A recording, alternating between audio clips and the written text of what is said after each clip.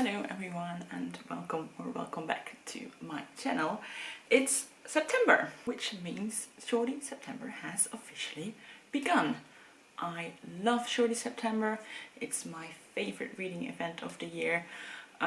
In case you missed it, Shorty September is a month-long reading event where you read short books. The masterminds behind this are Bert of Storytime and Heather of Too Many Heathers, and they are very chill about the rules. You can decide for yourself what short means to you. For me, I'm reading books under 200 pages, but you can also say like under 250 pages or under 300 pages, just as long as it's shorter than you usually read. And there's prompts if you want to, but you don't have to follow the prompts. I would suggest, however, to watch Bert and Heather's announcement videos, because they are both creative geniuses and they have really outdone themselves this year. There are 12 prompts, which are all inspired by different shorts, so the clothing. And then Heather made this prompt sheet, which I have here, that matches the prompts with tarot cards, which sounds wild, but it makes total sense. So for example, here we have Temperance, which is the Supermarket 2-pack shorts bundle, because she's being cheap, and that is the prompt, read a non-fiction book that ties in with another one of your shorties. Or we have, for example, this card, which is the Emperor, which is like the dad of the tarot, and he's all dressed up in his apron and his summer cookout shorts, and that is read a book and eat or cook something to go with it. Isn't that brilliant? So yeah, my plans for Shorty September are as follows. The next 2 weeks I actually am off work. I'm not gonna go abroad on holiday, but this Monday to Friday I will be staying in a cabin in the woods, just to read and chill and relax. And then after that I'll probably do some outings and day trips, but I haven't got anything planned yet. So for those weeks I'll continue with what I've been doing in August, which is randomly picking books as I go. Again, I have put all the books I have on my TBR, and also some on my digital TBR and some rereads. All the books under 200 pages I've put on slips of paper and I've put them in a cup, and then I just pick a book to read, I read it, and then I'll pick my next book. And then for the second half of September I will focus more on the sheet and then, you know, fill in the prompts that I haven't gotten to yet. So yeah, that's the plan. And now I will pick my first book. Got another cup, and let's pick the first book. Let's go for this one. Two of them fell out as well, but I picked this one. Oh, this is an interesting one. This is Journal of a Black Queer Nurse, which is basically exactly what it says. And this is a book that Karen recommended. I think maybe she read it for last Shorty September. I can't remember, but she really enjoyed it, so that's why I put it on my TBR, and that will be my first book for September. Hi guys, I thought I'd do a little tour of the cabin I am in now. This is actually the second time I'm staying here. It's only like an hour drive away from where I live, but I just love staying at this cabin because it's so cozy. So yeah, I'm just gonna show you around for a bit. The lighting is gonna be a bit weird because it's starting to get dark. So yeah, I'm at the front door now, and let me turn you around. So this is where you enter. You can put your coats up if you want to, and then you get into the hallway where you have a massive shelf with games and books and some sort of owl statue. And then on the left here we've got the bathroom.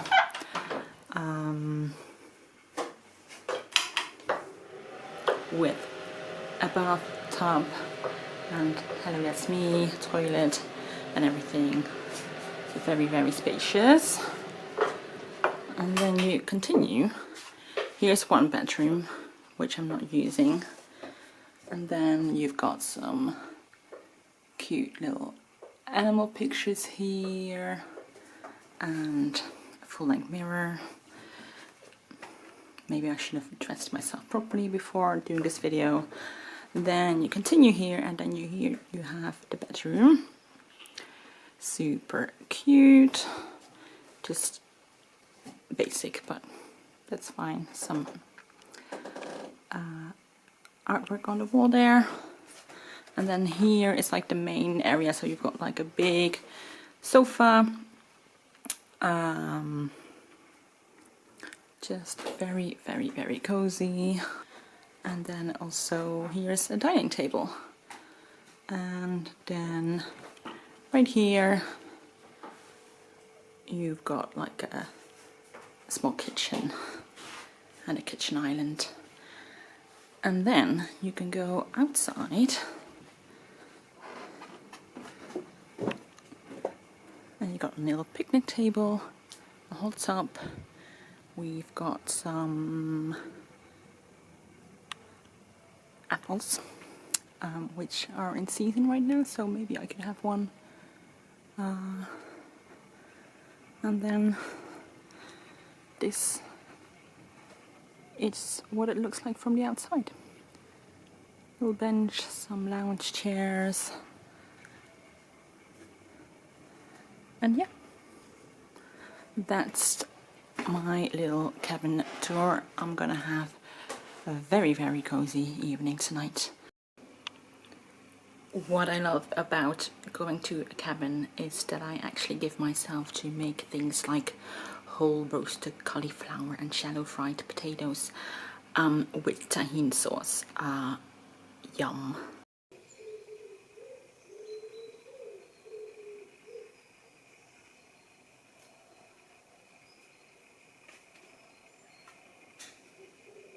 So let me tell you about Queer Black Nurse by Britney Daniels. I think my short review of this would be Britney Daniels is a great nurse, but not a great writer. I think what she's telling in this book is super important, but maybe the help of an editor or a ghostwriter would have made this book way more impactful. So this is exactly what it says on the tin. Britney, in her work as a nurse, always kept this little notebook at hand where she would write down things about her day and interactions with patients and staff. And it starts off with a little introduction of her talking a little bit about her childhood and how she came to be a nurse, but it very quickly goes into her talking about her work as a travel nurse. So a travel nurse, which I learned, is a nurse who works at different hospitals and basically gets called in when maybe a hospital is understaffed and they're having a particular busy period, and a travel nurse would work there for like 12 weeks or so. And it means there is usually very little time to get a lay of the land, and they're kind of thrown in at the deep end. And Britney Daniels in this book tells us anecdotes about her work, and I think unfortunately that's all she does. It's very much like, I was talking to a patient and he made me feel uncomfortable because he was being racist, or a doctor I worked with made inappropriate remarks and I complained about it, but nothing was done because of the hierarchy in the hospital setting. Or I was the only one taking a patient's call for help seriously, and this patient could have been helped a lot sooner if they listened to me earlier, and that is the result of internalized biases of healthcare professionals, and that just kept repeating itself throughout the book. And I really missed some nuance or some reflection. I think there is power in the repetitive nature of the journal entries. I think it shows that these things don't happen incidentally, but they happen over and over and over again, and it's more of a systematic problem rather than just incidents. But yeah, I don't know, I wanted something more. Maybe if she grouped the anecdotes together around different themes rather than chronologically, and then explored those topics just a bit more. I also wanted to learn more about her mental health journey, which I know is not really my place to ask, but she did mention it several times in the book that she struggled with her mental health. But it was more like she would end an anecdote saying something like, thinking about how people can be so ignorant made me depressed, and that night I made an appointment with my doctor to get back on antidepressants. And then she just moved into the next anecdote without really reflecting on it.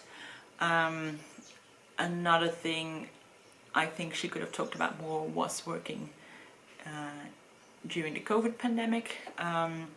It actually says on the blurb that she was a nurse working on the front lines of care during the COVID pandemic, but then other than a few mentions of masks and it being very busy, it wasn't really explored. And I would love to have read more about the uncertainty in the beginning, how it changed their work, or how patients reacted, just anything like that. So yeah, I think all in all, unfortunately, this book left me more frustrated than inspired, and not necessarily maybe in the way the author intended. And I think I would love to read more about the topic in a book where the issue of racism in healthcare is explored more in depth. So that's my first Shorty September book finished. I'm gonna use this for the Leopard Print shorts, which is a book you saw someone read in the wild. The wild can also be the internet. And I put this on my TBR last year when I saw Karen of the Roving Reader read this. She really loved it, so I will also link her review down below if you want to have a more positive review of it. So yeah, let's pick another book. So I didn't bring my own cup, but I do have cups here. But I did bring all the prompts. And you might think, you know, what if you get a book that you didn't bring with you? Well, that's not going to happen because I brought them all. But I am gonna make sure I pick a book from my own TBR, which is something I've been doing the last month as well, is that I'm alternating books from my own TBR with other books, just so I make sure I don't just read ebooks and my physical TBR gets ignored. So yeah, let's pick another book. Do you like this cup, by the way? It's got a little chicken on it. There's two, and then this one will be from my own TBR. They're color coded. Right, this is The Quiet Act of Loving Bones. Let me grab it real quick. So this book I got from a book subscription from the Republic of Consciousness Prize. They have a kind of book club subscription where they send you a book every month, and I decided to join earlier in the year, and this is one of their books. This is The Quiet Act of Loving Bones by Katie Willis, and it is published by Joan Publishing. If you don't know, the Republic of Consciousness Prize is a prize for small presses, independent and small presses. I know next to nothing about this book, and also the blurb is not really giving me anything. The only thing I kind of remember but I don't know where I got that information from, is that the author used to be a dancer, and maybe like ballet and dance is going to be a theme in this book. And other than that, I'm just gonna be surprised by this. And the sun is coming out and it's lovely.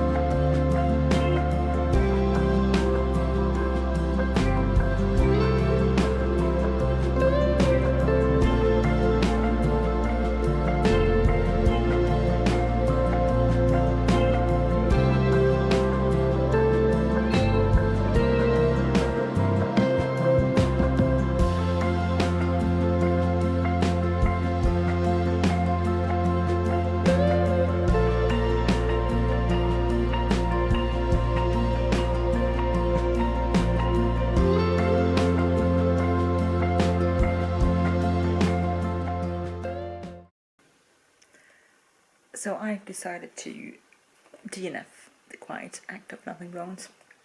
I only got about 20 pages in, but I'm really not vibing with the writing style. So it's about a young girl who wants to be a ballerina, and it sort of jumps forward, back and forth in time, of her being like a 9-year-old girl, and then later when I guess she is a ballerina. I think the author is trying to be meaningful with her writing, and maybe some people will find it really beautiful, but it just doesn't make any sense. I'll read you some examples and then you can decide for yourself. Let's see if I can do this with one hand. Okay, so here's a scene where the protagonist is sitting by a lake with her girlfriend. A soft light breaks on the water. I move like a bell, tipping my head, tipping my breast. I rub my thigh bone. I move my hand all over it. The thigh bone is a city because everything congregates here. Daffodil bones, she says. I melt. She has always loved me with yellow. She has loved me with daffodil yellow, which is no light love. It's a bold color to live by. Whatever that means. And then was another bit where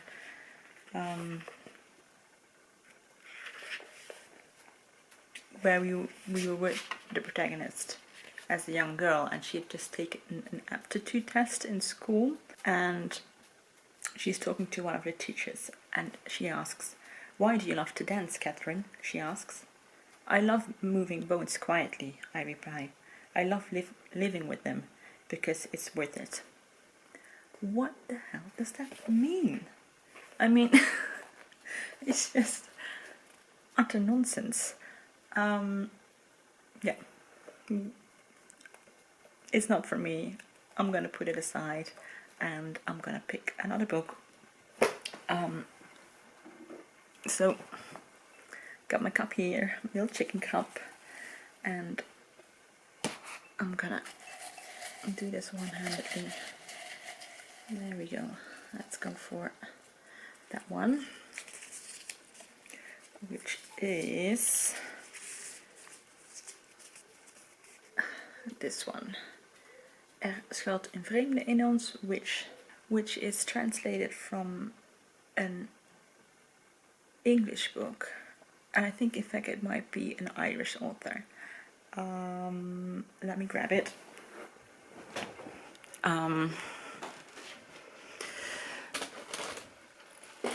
Hold on, I'll turn you around. So here are my books. Let's see. Oh, there we go. So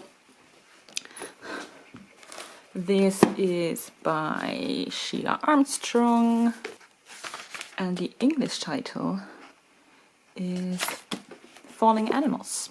If I remember correctly, this is a story about a body that's found near the sea, and then the story is told as a sort of chorus of voices. All the people that were connected to this man, like either closely but also distantly. I'm not sure if I'm making any sense of this. I got this of the recommendation of Jen the librarian. I remember she was talking about this on her channel, and she really enjoyed it. So yeah, I hope this will be good as well, or at least better than the last book.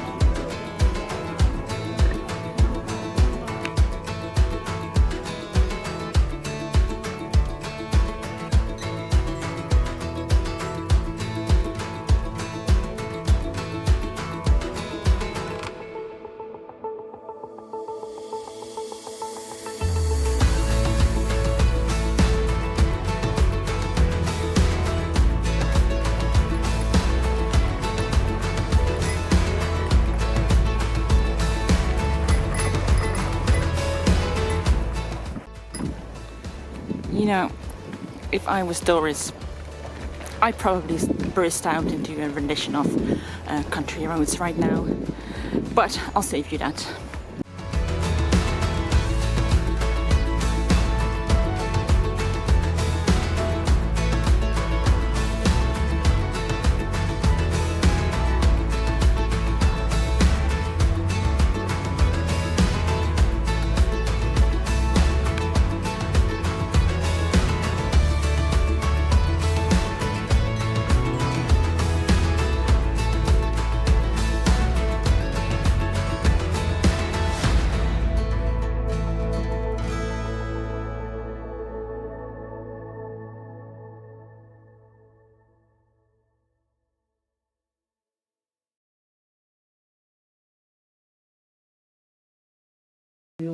Nee, dat niet. Dat is leuk.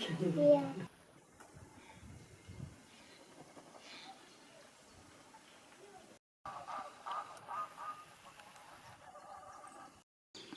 So, if you're wondering how cycling works in the Netherlands, you usually have these signposts, and then you can find your way by looking for these numbers. So this one is 85, and say, like my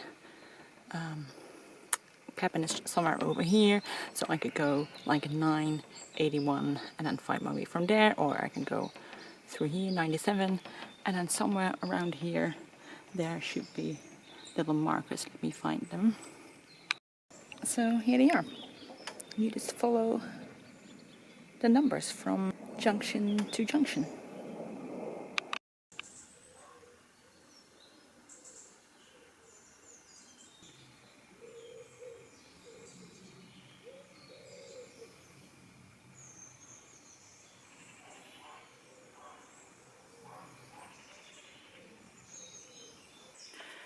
So we're a few days later and I have finished this book and I adored it.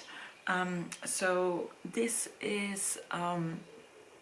book starts with the discovery of a dead body on a beach near a quite sort of run-down town on the coast of Ireland. The body is in a seating position. There is a pair of shoes and a jacket neatly folded beside him. There's no personal belongings that could identify this person, and he doesn't seem to have a scratch on him. For all intents and purposes, it looks like this person has just sat down and died. Now, this sounds like the beginning of a mystery, but I don't think it is, or it's definitely not all of the story.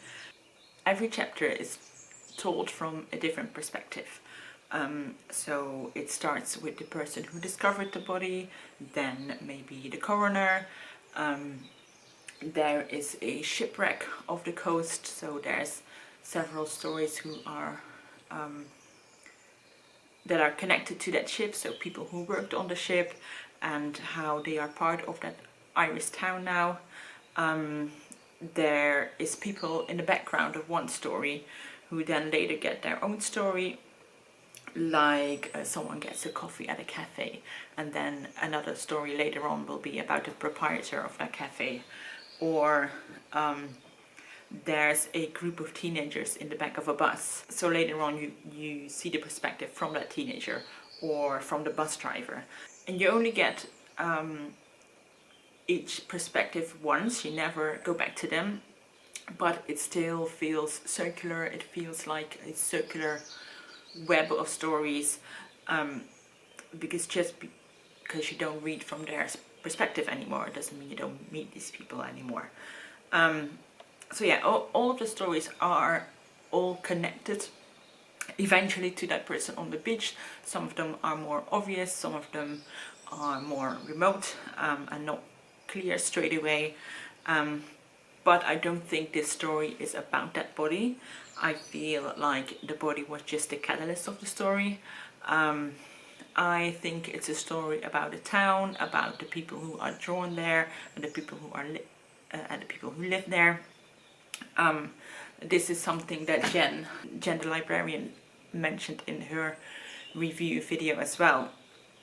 That it is almost like a love letter to those small rundown towns. Often stories about those kind of places are about how people leave because there's nothing to do, there's no opportunities, economy has struck these towns quite badly. But in this book there's actually quite a few people who came to this town and stayed for the escape of it all, and for the quiet and the monotony, and also the community. And I think this book captures the inner lives of people beautifully. There's a lot of sadness and grief and hurt within these people. And I think that's where these people meet and connect and find support in each other, and find a home with a literal place, but also with one another. So yeah, I can highly recommend this. I could use it for several prompts for Shorty September. Let me grab my sheet. I've already decided which one I'm gonna go for, so I'm gonna go through the ones that are possibility but didn't use it for. So one of them could be Rockstar Shores, because I did listen to some Irish sea shanties. There's actually some mentioned in the back of the book, so I listened to those, so that could be an option.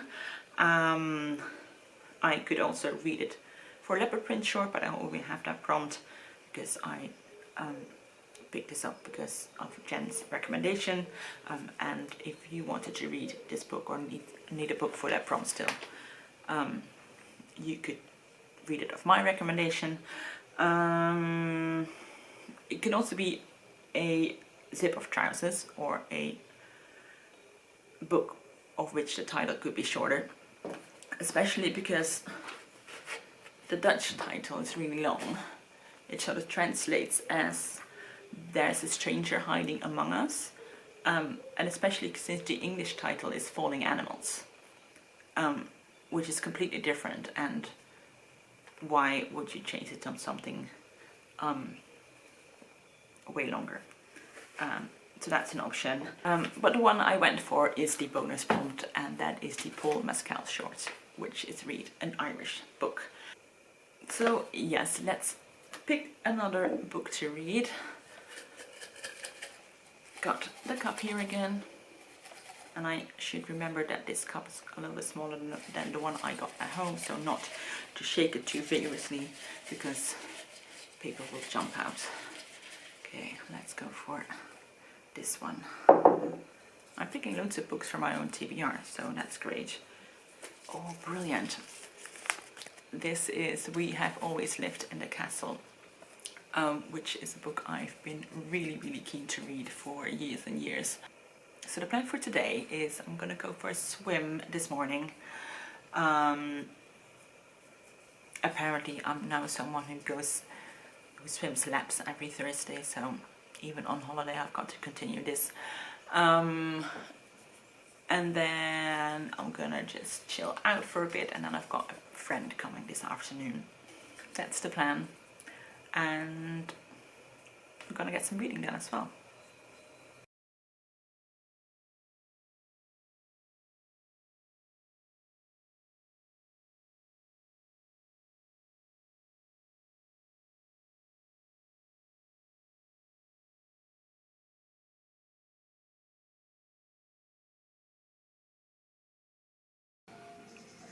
Yum, yum, yum. Inderdaad. Champagne. So I've been reading We've Always Lived in a Castle, and I'm loving it. So the story is about 18-year-old Mary Catherine Blackwood, and she lives in a house with her sister Constance and her uncle Julian. And you quickly learn that about 6 years ago, at a big family dinner, there was arsenic in the sugar, and a lot of the family members died, and Catherine, her sister, and her uncle are the only ones who survived. Now her sister Constance was accused of murdering the family because she was the one who cooked the meal, but she was later acquitted. So we follow Mary Catherine, and you also see how they are perceived in their village. People still don't really trust them. Like, they're not sure if Constance didn't actually do it. So this is my second time reading a Shirley Jackson book. I've read her or short stories by her. I think her most famous one is probably The Lottery, and that is hands down one of the best short stories of all time. And she is just the queen of vibes, because like in this book, like if someone else would have written the story, you would have just met a family who went through something tragic, you know, but now are just living their lives. But with Shirley Jackson, you can't decide like what's going on, because you're like suspecting, because you're still suspecting all the members of the family, but also the people in the village are weird. So it's all about the vibes. And then I thought, I think this could be paired really well with some music. So I looked on Spotify, and I just typed in We Have Always Lived in a Castle and see if I could find some playlists, and they really came through. There's been loads of people who had the same thoughts and made playlists for this book, and I found one in particular which I'm going to listen to later, which I think, judging from the book so far, would fit really well. I'm gonna continue reading this book now. It is my last morning in the cabin, so I only have a few hours left. I've already packed all my things and got ready, so I'm gonna like read until the very last minute I have to leave, and then need to get back home.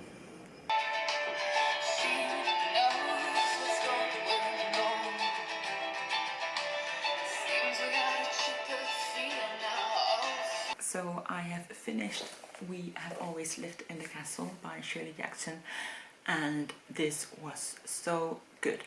5 stars, 5 stars. So we have these 2 sisters living in this big house with a big garden around it, and they live together with their uncle.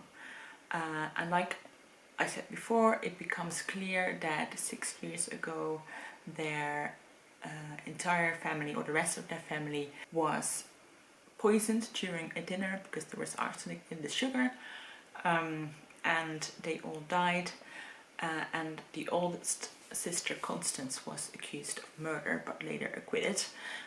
So now the 3 of them are just living their lives. They are very isolated from the village they live in, and they seem to be quite happy about this. They don't seem to want any contact with anyone from their village, and they are quite content with their routine.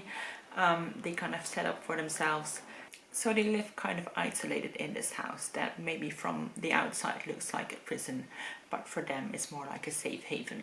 But the people in the village, they don't really know what to think about them.